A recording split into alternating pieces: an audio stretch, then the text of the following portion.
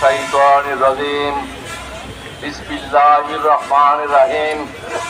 বাংলাদেশ জামাত ইসলামী ঢাকা জেলা কর্তৃক আয়োজিত আজকের এই মিছিল পূর্ব সমাবেশে সম্মানিত সভাপতি ঢাকা জেলার সম্মানিত আমির মাওলানা দেলোয়ার হোসেন, আজ উপস্থিত জামাত ইসলামী ঢাকা জেলার সম্মানিত সেক্রেটারি, ঢাকা 19 আসনের এমপি পদপ্রার্থী জনাব আফজাল হোসেন, ঢাকা পৌরসভার সম্মানিত মেয়র প্রার্থী সাবেক প্যানেল মেয়র মজলুম